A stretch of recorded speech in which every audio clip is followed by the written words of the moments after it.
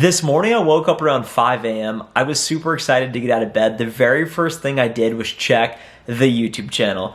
I'm super proud to share we finally did it. We finally surpassed 4,000 hours of watch time and have met the minimum criteria to monetize the channel. Thank you so much for your support. I've been making videos for the last year, over 230 videos. When I first started this channel, everyone made fun of me. Everyone said it was a waste of time. Nobody thought the videos were good. And I want to thank you for sticking with me. The audio is not always perfect. The content's not always pretty because I don't do a lot of edits, but I want to bring it as raw and unfiltered to you as possible to ultimately help you get your money right, find more success in your career, and ultimately have a break from your day. Hopefully you can relate to these videos and my story in software sales from an emotional or entertainment standpoint. I want to share with you guys a different side of me here today. I just went on a podcast, and long form content is such a great way to get to know someone because it's really as authentic as it gets. I went on a podcast, Life of it's ran by a guy named Andrew. He's super cool. He works in sales as well. You guys will love him. Check out the top link in the description for a link to his page. Make sure to go show him some support.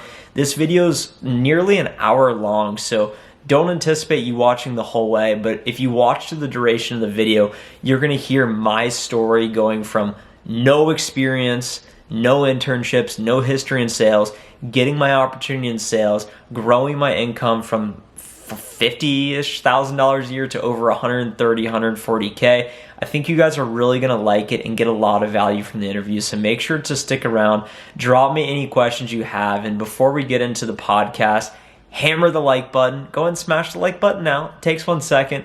And subscribe to the channel if you haven't already. The podcast was formed via Zoom. I had a lot of fun with it. Excited to share it with you guys and hope you enjoy the clip. Let me know what you think in the comments below. And of course, reach out to me on LinkedIn with any questions. Get started, Trent.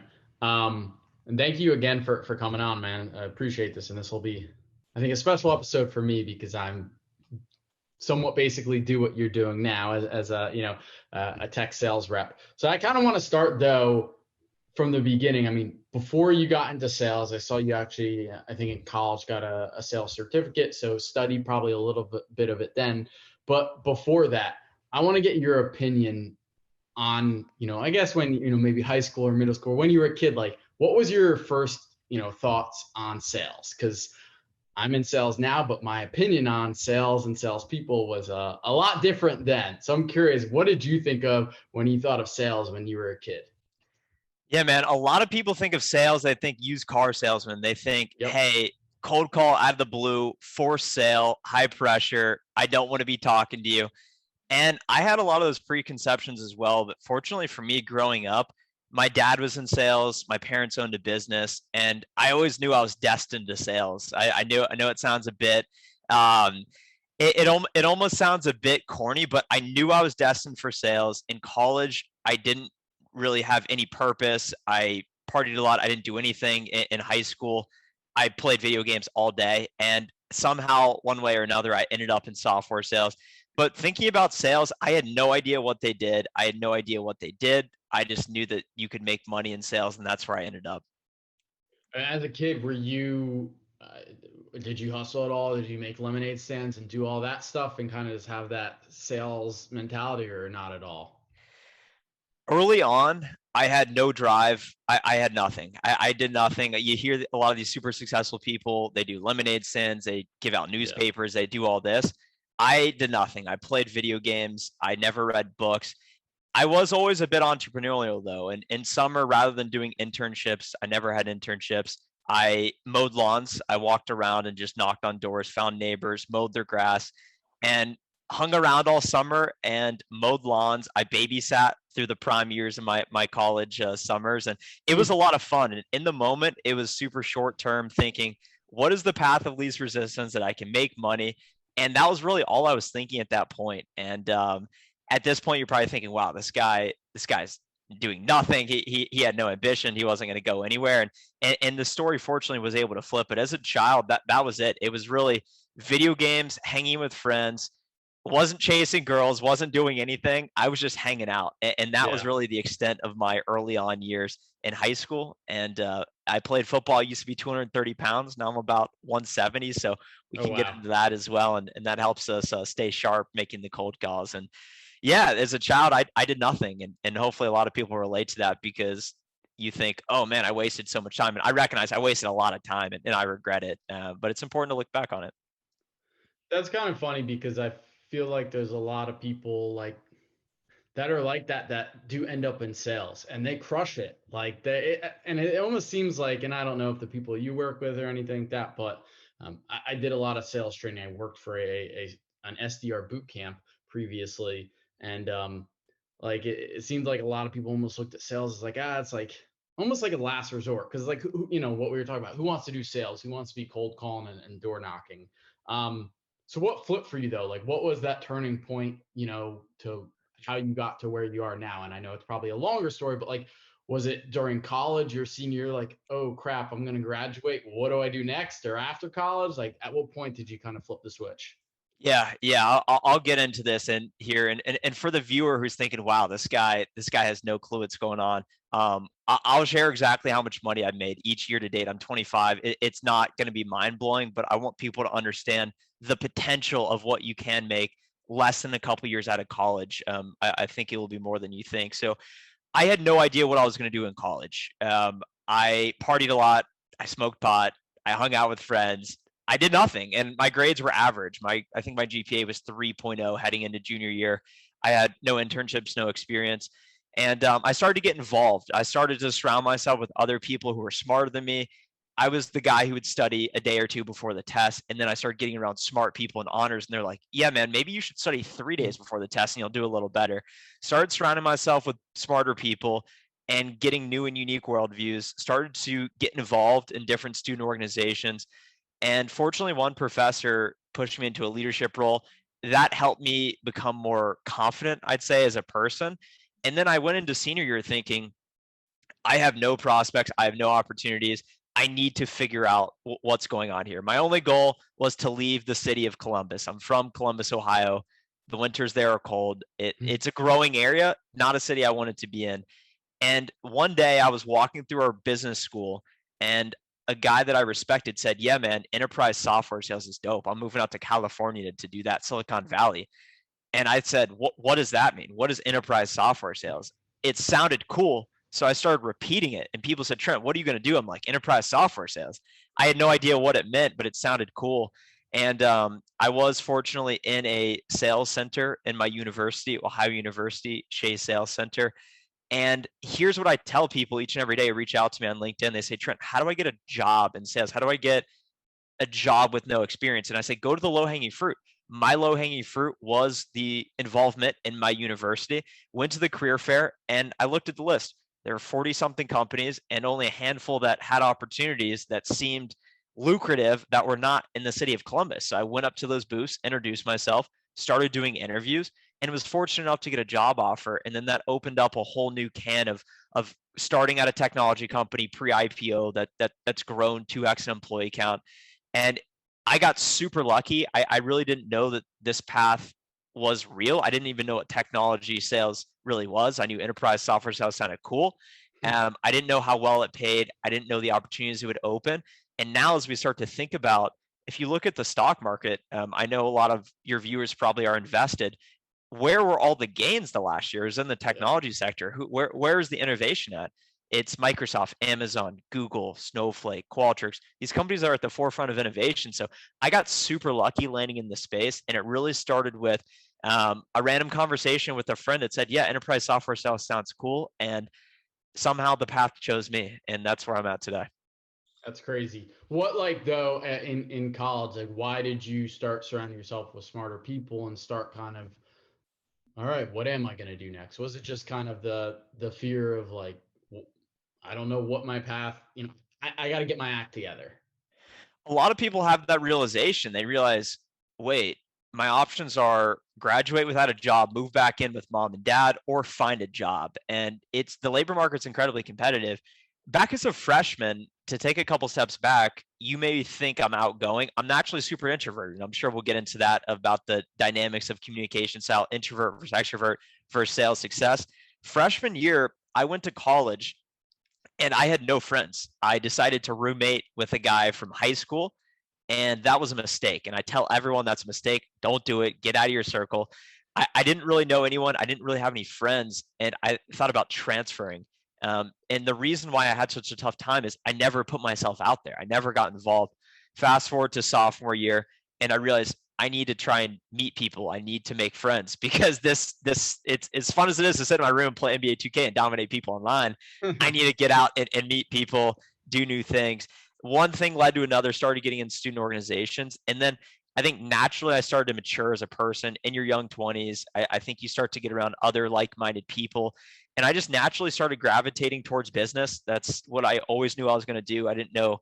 I knew, as I said, sales was predetermined. I knew that this is what I would do. I knew I would excel at it. I didn't necessarily know that at the time. It was more so get in business and figure it out. That was always what I thought in college. Get in business, figure it out.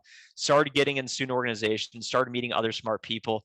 I got super lucky with certain professors. I made a couple connections with folks who were high level in the College of Business, ended up staying at their house for an entire summer when they were teaching internationally, and got a lot of mentorship from people like that. So yeah, it's really a testament to the people I surrounded myself with. They say you're a sum total of the 5 people you spend the most time with. So if you're spending time with people who all they do is drink heavy on the weekends, all they do is smoke pot during the weekdays, watch TV, Netflix, and you look at what their income level is, that's what you're going to be. And at the time, I had no one. So fortunately, I was able to fill that void with people who also had aspirations. And then you start to separate yourself over time because you have friends in high school, you get in college, you meet new people, you graduate and go in the real world, then you have real world friends. And I think naturally it's almost a funnel. The higher you go, the more talented people are and the more it pushes you. And it really just depends what you want. That's what it all comes down to. And I knew I wanted to move to a city, get in tech sales, and that's really what led me to where I'm at today in Dallas, Texas. I'm guessing once you got into your first role, you probably took the same approach to find smarter people, surround yourself with the high performers, and then you should be a high performer. In theory, that's how it should work, Andrew. In theory, it should be as easy as you laid it out. When I first started, I struggled, and everyone will face that question at some point: is sales for me? Everyone's going to face that question, and I struggled at first. And going through that process, I now learned, and this is the advice I give to young reps every day: go figure out who is successful in the company. You don't need to recreate their wheel. Just go talk to the people who are good at the process today. Learn what they're doing. Reach out to them, say, hey, I really admire what you're doing, and copy what they're doing. And it's as simple as that. And you repeat it. I struggled my first month in sales. I graduated in June or May, I think 2018, moved myself from Ohio to Dallas, didn't really know anyone, and started working. And like I said, I had never had internships. I never had jobs. I didn't know what I was doing. And I struggled immensely. I was the worst performing SDR, and that's the entry level role in software sales, sales development representative or business development representative. You're tasked with generating pipeline. Pipeline is essentially you, the viewer. If I cold call you, which you probably don't want to hear from me on a Wednesday night here, and set up a meeting with you, and you could potentially be a buyer, that's pipeline. The more pipeline a business has, the more revenue the organization can generate, which is what the business wants. So I struggled at first. I was cold calling. I didn't know what I was doing. And then I sought out the advice of leaders, and I talked with one of the senior leaders, and he said, look, you got to be it sounds super cliche, but it really is the truth. If you're not all in, then you're never going to really be anything. You're just going to be average. So I had that flipped and said, okay, I'm at like 70, 80% effort. Like I need to be at 100%.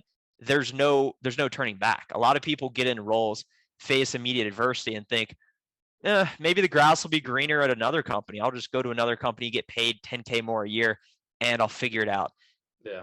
When in reality, I'm sure you know a lot of people too, they bounce around to different roles and you're never going to go anywhere. So I always say, find the great company, find the opportunity, and really get good at it. And that's what I focus on doing. I've made over 40,000 cold calls.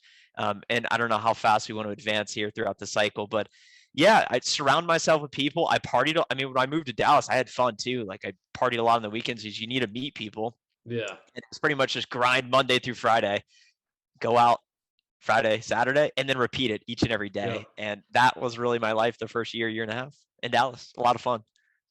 So Where did you begin? And you're still there now, right? I'm still at Qualtrics wearing the shirt right now, plugging for the company. Where did I begin as in what role? Well, I guess more the company, but you said Qualtrics. And I know you began as an SDR. So Qualtrics is a pretty big company. Um, I'm curious, what was it like? Were you thrown into the fire and hit the phones within the first couple of days, or was it more, hey, here's a process because we're a bigger company and we know what we're doing, and like here's a great onboarding process? What was it like for you?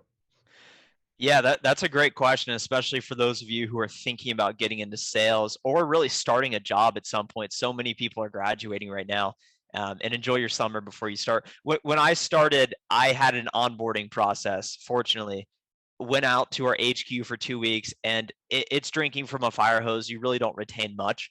And starting that next Monday, you're thrown in the fire. They say, look, you got to go find people to call, and you got to start calling them, and here's what we expect you to do. So there's certain output metrics. You're immediately thrown in the fire. And a good way to think about this is my company Qualtrics. We were about 1,400 employees at the time, doing a 100-ish 150 million in revenue. So that's a significant organization. You're going to have a lot of resources. That's not quite startup. There are a lot of people who want to get in that startup environment, and I speak with a lot of people at those organizations, and there are many less resources. You don't really have marketing budgets. You don't have people dedicated to onboarding. You're immediately in there to figure it out. So when you're thinking about what company to join, think about how established they are. When you think about SAP, IBM, Oracle, Microsoft, those companies are going to have really structured processes, and you're still going to be thrown in the fire, but maybe not to the extent of a smaller company. So yeah, I was thrown in the fire and had to figure it out. And a lot of people don't. Some companies will hire just in troves of people and hire 40, 50 new hires and just anticipate, hey, 20% of these guys are going to fail, and that's okay because we hired to account for that. So I was gonna definitely say for you, how many people were you hired with? Because I know like they hire 10 people and like, 3 of them will quit within the first 30 days. We'll fire a couple in 2 months, and by the end of it, maybe 4 will be left out of 10. Were you hired with a big group or? Yeah, that's brutal. My group was, I think, 11 to 15 at the time. I think we were bringing on people monthly, and we were around 14, 1,500 employees.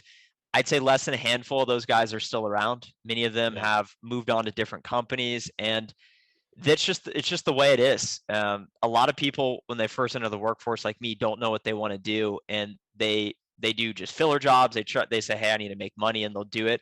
So it's really important to find a great company.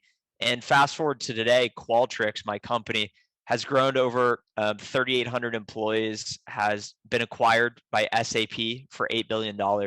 And then we recently spun off and went public. So we could get into the whole getting equity thing, and that's super cool. It's golden handcuffs, but it really accelerates your wealth creation journey. It's been a lot of fun, and yeah, it's absolutely just a testament to the company. And I got super lucky. But there's a lot of great companies out there. So you started as an SDR, and kind of explain like a day in the life, like what does an SDR? I know what an SDR does, but for listeners, like what actually does an SDR? What do you do? Like, yes, you're cold calling people, but there's a little more that goes into it than that. So what are you doing as an SDR? Yeah, I think the viewer would like to listen to your SDR experience at some point here, Andrew. But just to talk about mine, you see this headset right here. If you're on video, make sure to subscribe to the YouTube channel. I'm sure you'll put that link down below for yours, the extended clip. This headset, I've made 40,000 cold calls. And to get into the day in the life, you as an SDR, as we talked about, your sales development, the smaller the organization, the greater the expectation for you to come in and really make an immediate impact and start generating revenue. The bigger the organization, most likely the longer that development process will be. Qualtrics is really a great mix in between. I started as a sales development representative, and really all that means is when we think about sales, we're trying to sell software. I'm trying to sell you a software license that hopefully will help your business. We as reps are given an account list, a book of business, whatever you want to call it. I have 1,000 companies, company A, company B, company C, that's in my name, that's in Salesforce. And my entire existence is focused on generating pipeline. So identifying a good company, calling them, emailing them, reach out to people on LinkedIn. And when I say them, you have a buyer persona. So when we think about, I'm talking a B2B example here, but my buyer persona is HR leaders, human resources. I identify who are the HR leaders at my companies. I call them, I email them, I send carrier pigeons, whatever it takes to set up meetings. You have that meeting. And if it goes well, and depending on the company, you may or may not run that meeting, because the next promotion up is account executive, where you're actually tasked with running the sales cycle. So having that initial meeting, building value and selling the deal, that's the role of an account executive. Actually, revenue closing rep, you have a quarterly quota, that's revenue. As a sales development representative, our quota was based on pipeline generation. So it really forced us to master top of the funnel pipeline generation activity. And in sales, you know that that's really the holy grail of your entire job, is you need to effectively generate pipeline. And I spent 80% of my day as a sales development representative doing whatever it takes to generate pipeline, finding people to call, calling them, and then self-development. So reading about my company, the industry, competitors, whatever it takes to get more proficient at generating more pipeline. That's all I did for 2 years. And that's what I mastered. And that's what's really brought me here today. How did you not burn out just over 2 years of doing that, but more just on like a daily or weekly basis? Because there's times where you make 80 to 100 calls and no one picks up. You book Yeah. no meetings. And you just have to continue to trust the process. And I know there's a lot of people as SDRs that burn out. So for you, how did you not burn out? And I guess, did you have any experiences? I mean, maybe you did kind of mini burnout and then you recharged, but did you ever experience that? It's natural for humans to feel complacent. It's natural for us to get distracted and to do things throughout the course of the week that gets us non-focused on really what our objective is. I wanted to promote and move through this program as fast as possible. So based on my goals, I aligned my actions with taking massive action each and every day.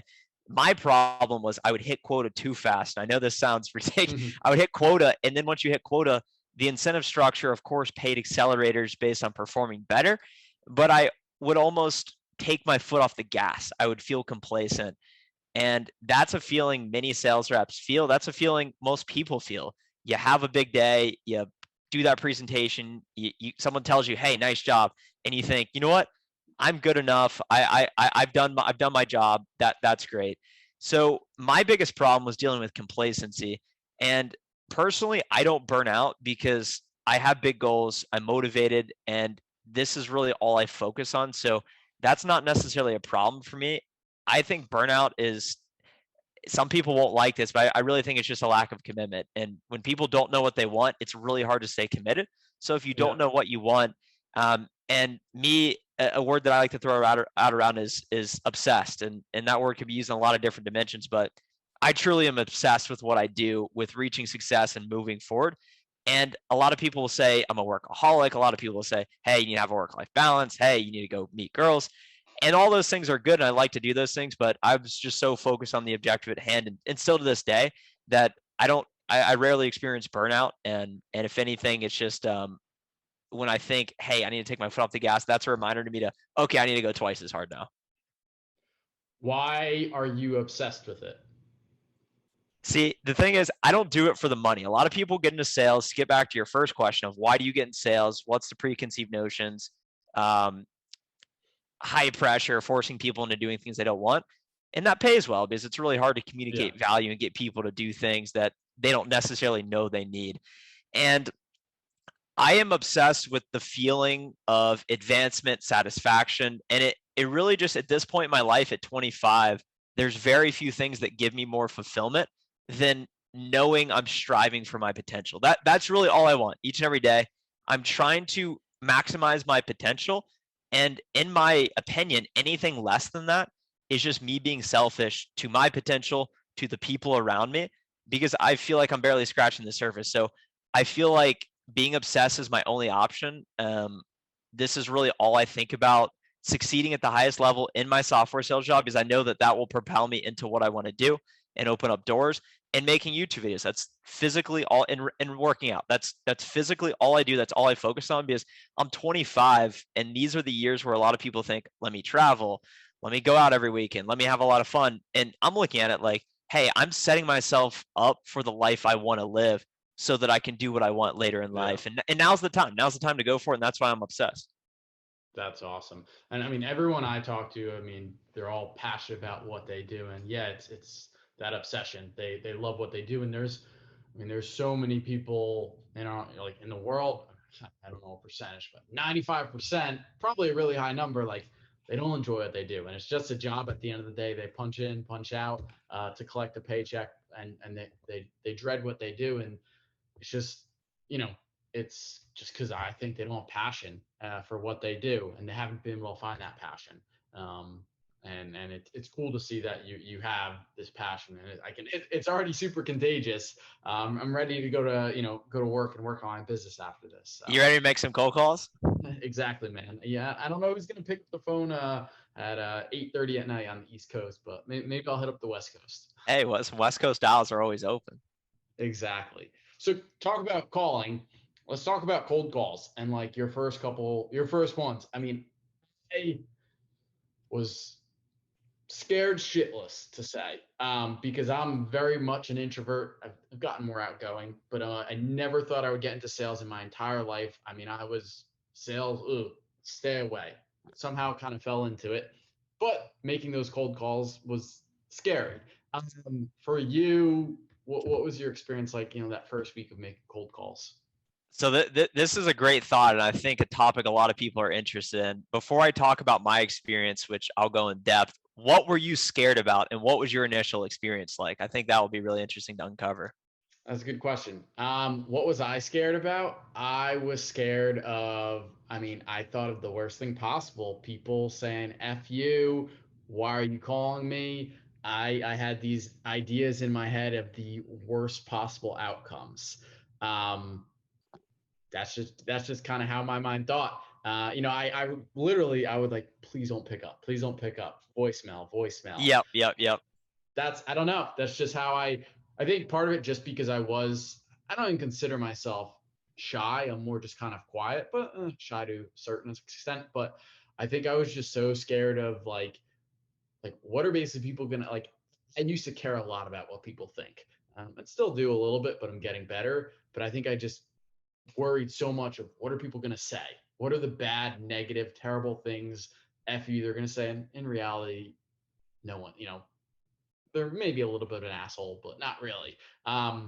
Yeah, that's how I was when I first started cold calling. It sounds like big time overthinking, and I'm For sure a, sure. a lot of your viewers are male, and a common thing is here: how do we make more money? How do we meet women? And it really all boils down to overthinking. That's why people love alcohol. We go out, we stop overthinking. That's really the key with cold calling. You can't overthink it. Yeah. And to get into my experience, when I started, I overthought everything. Before I made the call, I had to look the person up on LinkedIn. I had to write out a paragraph. I had to look at the company website, and it wasted time. And I overthought, and I naturally thought this is going to go poorly. I don't even want them to answer. Then I finally worked up the confidence to start calling, and everyone said I sounded like a used car salesman. I'm not kidding. They said, Trent, you talk too fast. You got to slow down.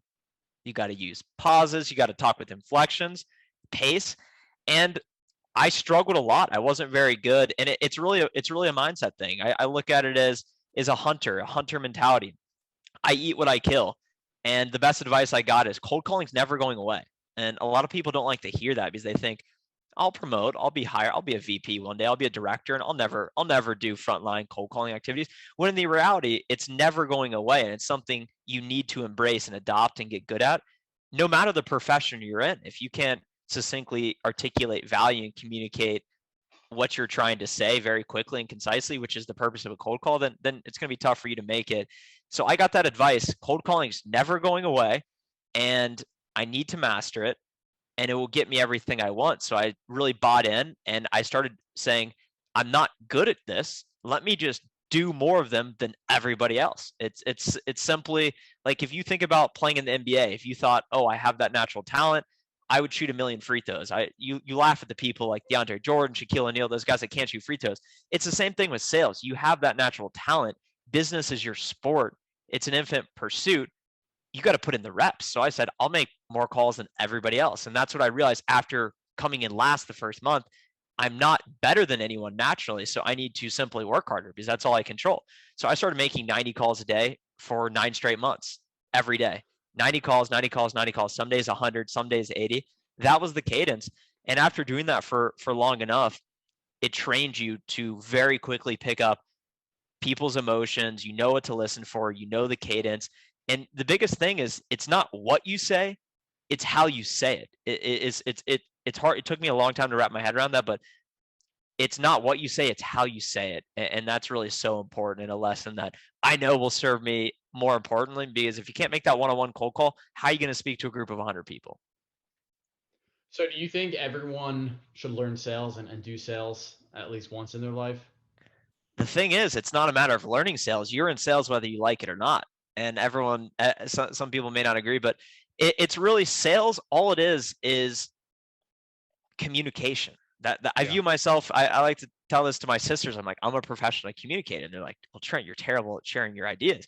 And I'm like, well, that's a whole different story. Sales is communication. That's all it is. All I'm doing is I have a little bit of specialized knowledge, and then I'm communicating. I'm finding people who have money. I'm reaching out to them, trying to identify a problem and align my solution to their problem and get them to buy. And there's a lot of stages throughout that. A lot of people in your audience may be in sales, and they may think, oh no, I'm in consulting, I'm in finance, I'm in whatever.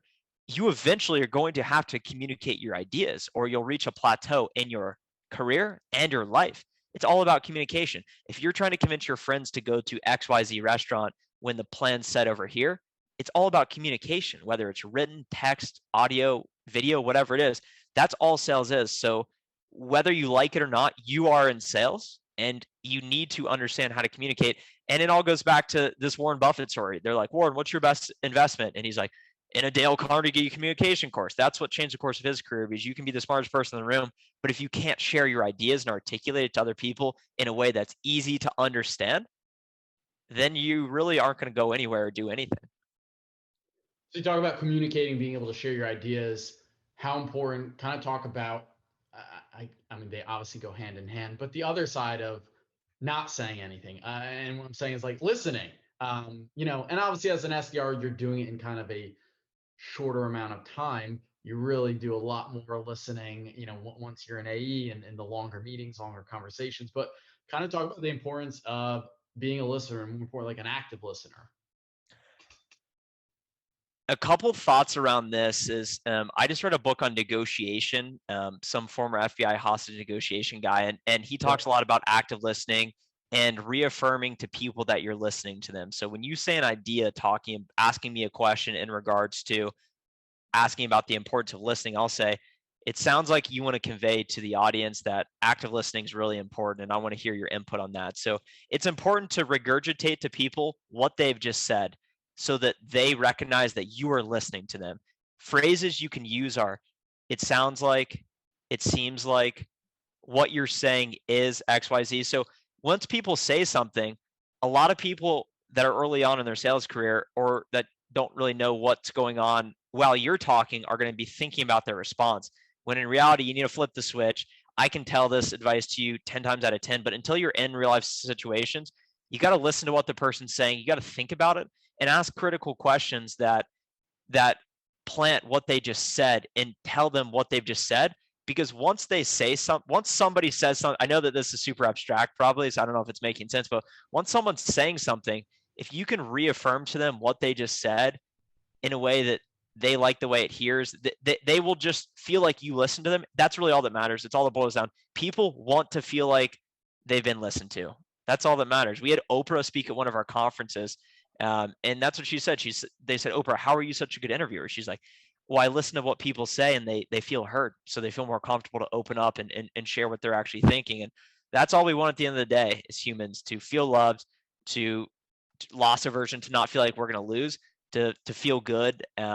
So it's all about being heard, and people want to be heard. So that's the beauty of a podcast. Whoever's listening to this right now, thank you for listening, because you actually can't talk back, so you're forced to act listen. Exactly. No, they cannot talk back for sure.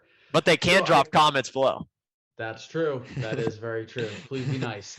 I kind of want to switch gears a little bit, or flip the switch, and talk about YouTube for you, comments.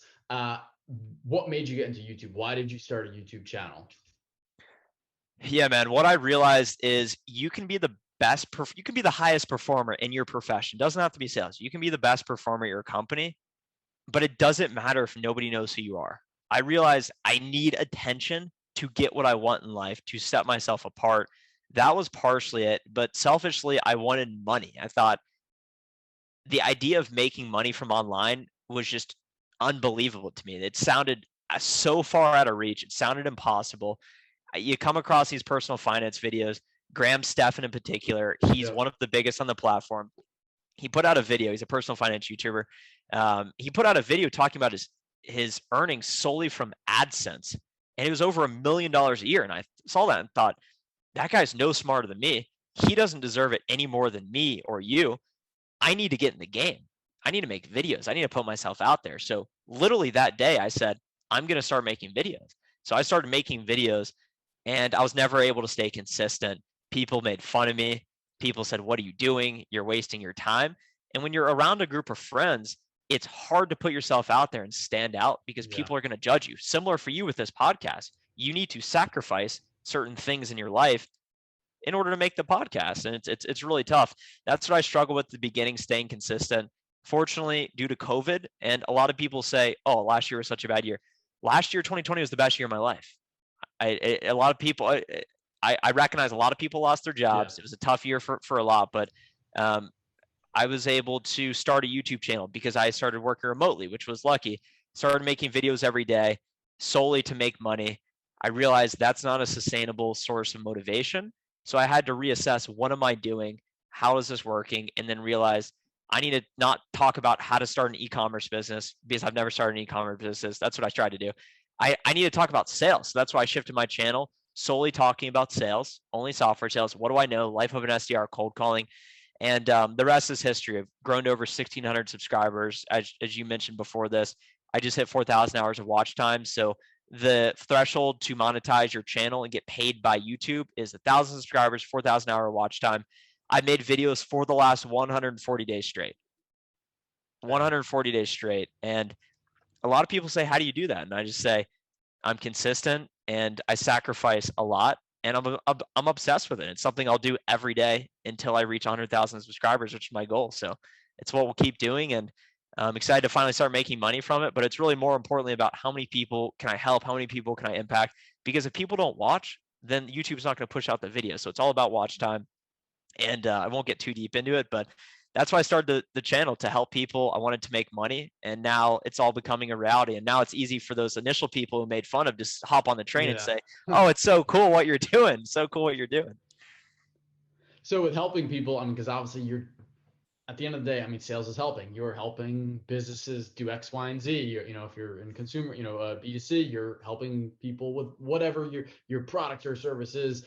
Obviously, with your videos, you're helping people, educating them on the space. So have you had any cool moments yet where people have maybe reached out like, hey, dude, your chip on this cold call, like, dude, I crushed it this week. I booked 10 meetings. Or, hey, I was able to get in the space, or I want to get into tech sales. Have you had any of those experiences yet?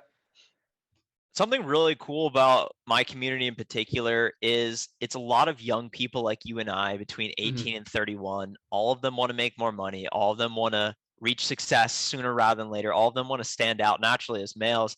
And fortunately, a lot of the folks on that watch the channel have also connected with me on LinkedIn. I always say, hey, reach out to me on LinkedIn. I'll answer any specific questions you have.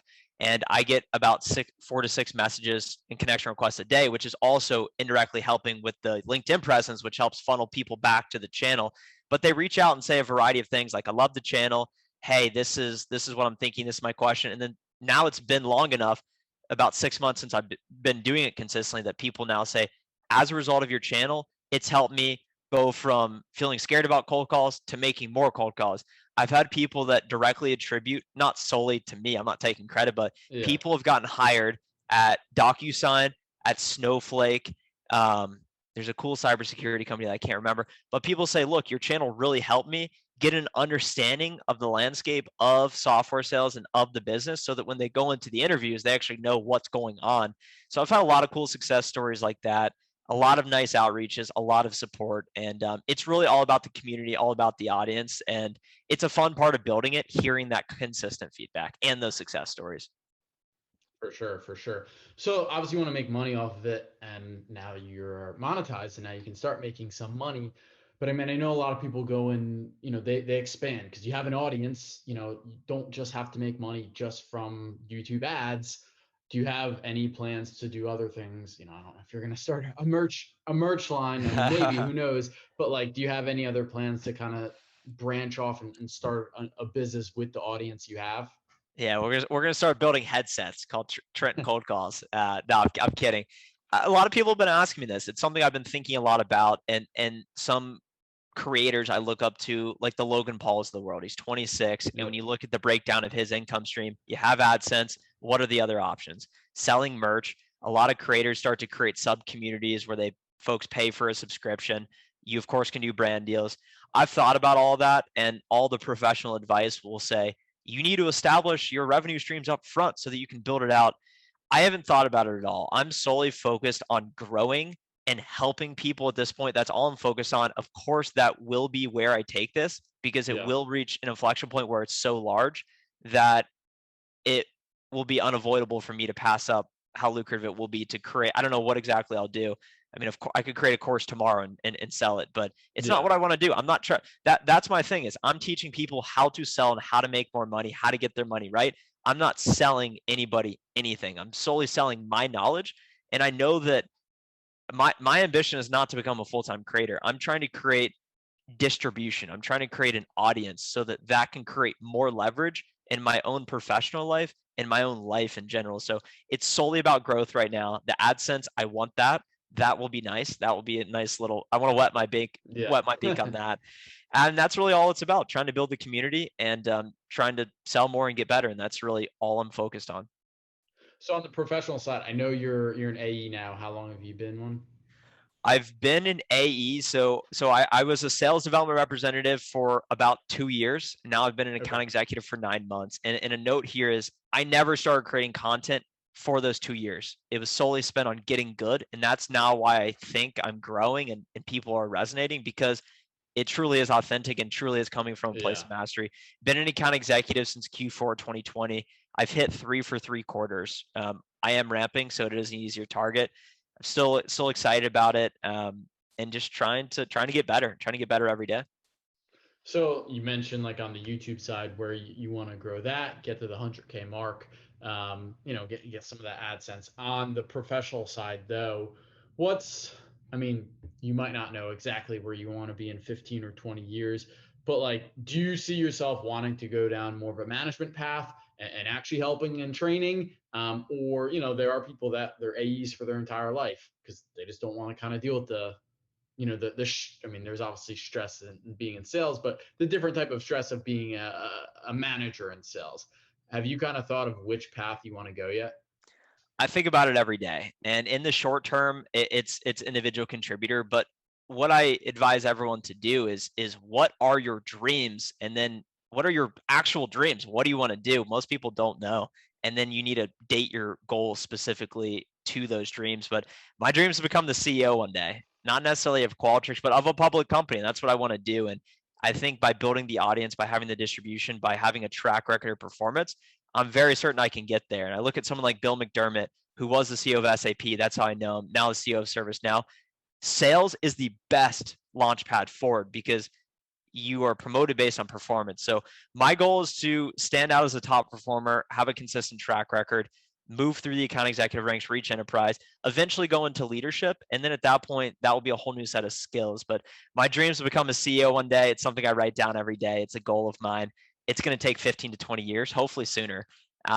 We'll see how it pans out. A lot of people laugh when I say that, but what I always say is, if you don't believe in yourself, how is anyone else going to believe in you? Yeah. And if you're not vocalizing that you want that, you're never going to get there. And there's always this little voice inside you that says, I want that, but it's really scary to admit it and actually work towards it because you're susceptible to failure and not getting what you want in life. So if you don't set those big goals, you'll never get there. It won't happen by accident.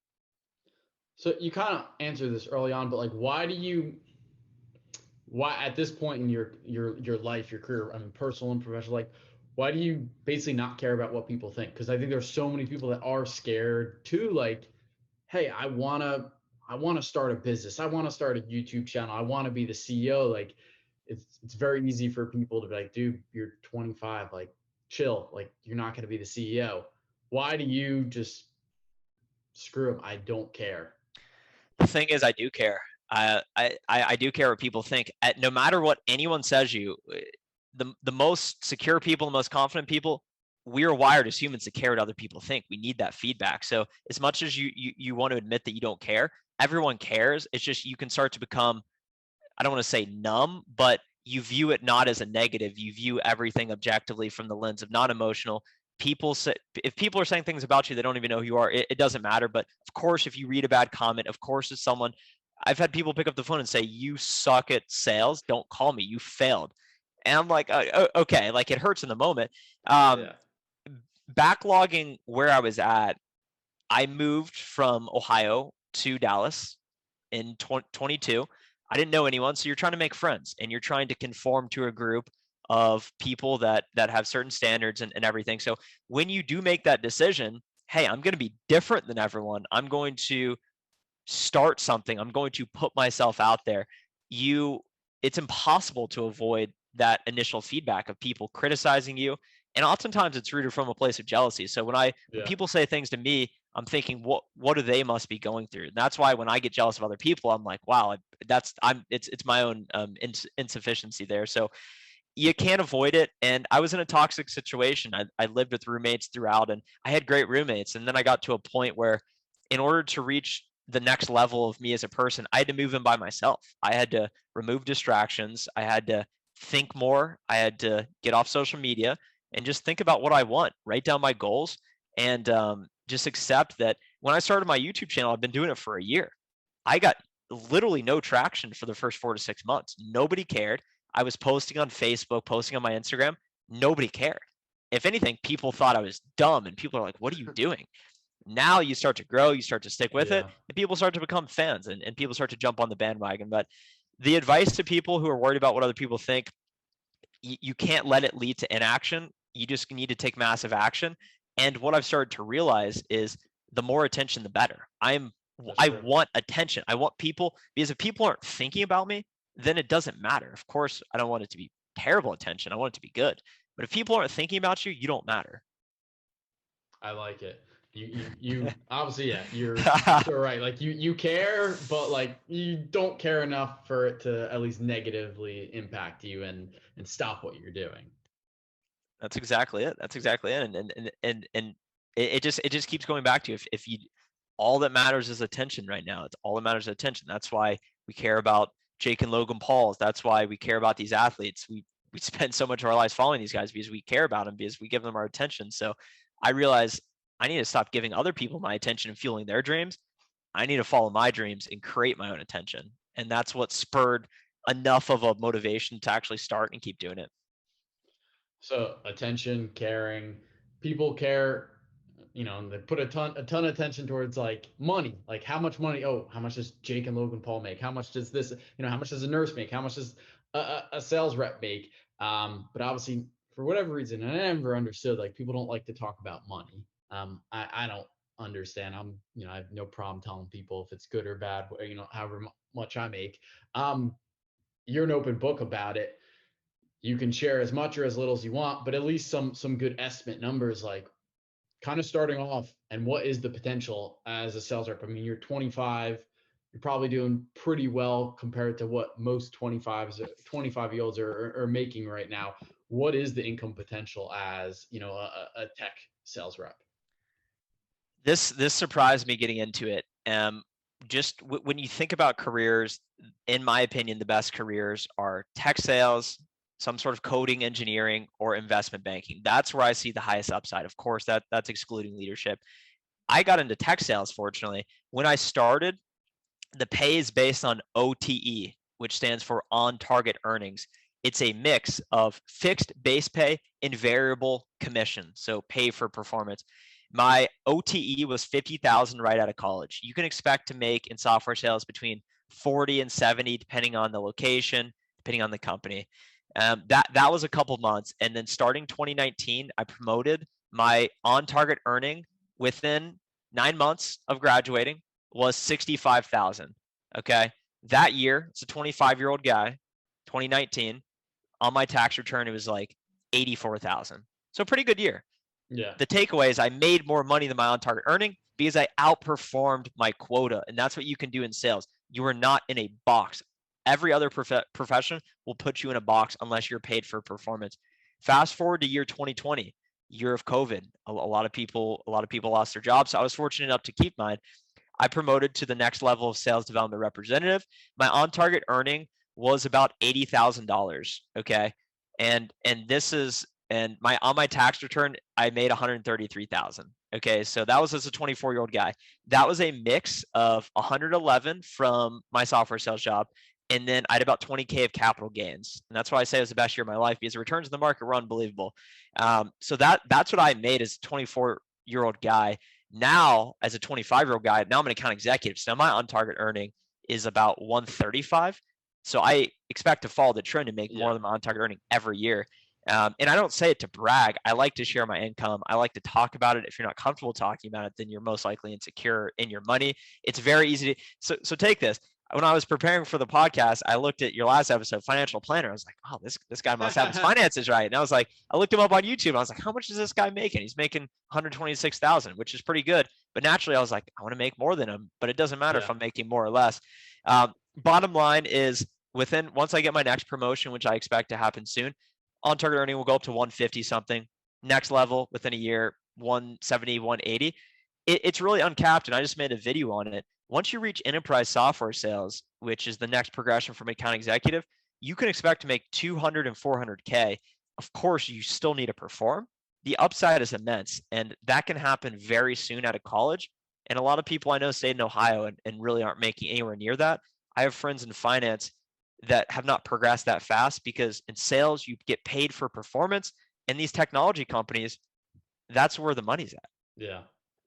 It's crazy. I mean, it's crazy to, like, you think if you want to make 100K a couple years out of college, it's like, okay, you investment banking, maybe if you're super smart and you become a doctor super quick, but it's like, what else? Like, how else can I make 100K that early? And it's crazy to see, like, oh, you can be in sales and in 2 to 3 years hit the 100K mark. It's crazy. Do you think back now, like, wow, where I was, freshman, sophomore year of college, like, before you kind of flipped the switch, did you ever see yourself where you are now, or at least how quick you got there? I didn't think it would happen this quick. Once again, it's going to sound cliche, but I always knew I was destined to do something well. And I don't think I've scratched the surface. I don't think I've scratched the surface of my potential, but I always knew that I was going to go forward. I always knew that I would figure it out when the time was right. I did nothing. I had no aspiration in high school or college. I made no money. I had nothing. I had no connections. But as soon as I graduated, the switch flipped and I realized I'm on my own. I can't rely on mommy and daddy. I got to go figure it out. And I always thought, man, it'd be cool to make 100K. That's what it was. I didn't know how much to expect to make. I had no clue, because I had never done anything besides hourly jobs or mowing lawns. That was it. And it's impossible to trade time for money. If you're doing that, it's tough. It's tough. It's gonna be tough to do that. So I got on a performance job, and I never thought it'd be this fast. And yeah, I mean, I'm making a fair amount of money. And really the key here is I don't do it for the money. I do it because I love the process and where it's going to take me. So the money is just a nice byproduct. For sure. It's nice to have money, but I get it. The thing is, when I was making 50K a year right out of college, that first month or two, I felt no different than I do now. If anything, I've experienced lifestyle inflation. I live in a slightly nicer place. I go to eat, and I frankly don't care. Like, we do stuff on weekends. I'm like, I don't care, like $20-$30, whatever. Like, it doesn't matter. But nothing's changed. And that's what has got me to realize, like, when I'm making significantly more than I do now, it won't necessarily make me happier. So I need to try and stay small and just focus on what I'm doing in the process. I like that. Well, cool, man. Well, this has been awesome. This is cool getting I don't want to say it's like looking in a mirror. I mean, you're crushing it right now. But it's cool to talk to someone that does what I do, or you're doing what I'm kind of doing now. For people listening, they want to check you out. they want to maybe get into tech sales, they want to, just continue to listen to you, even if they're not in tech sales, because I love everything you're saying right now. Where can they check you out, Trent? Trent Dressel, Dressel. Connect with me on LinkedIn. I'll answer any of your questions, and check out my YouTube page. We're starting to grow on there, so maybe some other connections there for you. Perfect, man. Cool. Well, thank you again for coming on. Yeah, thanks, Andrew.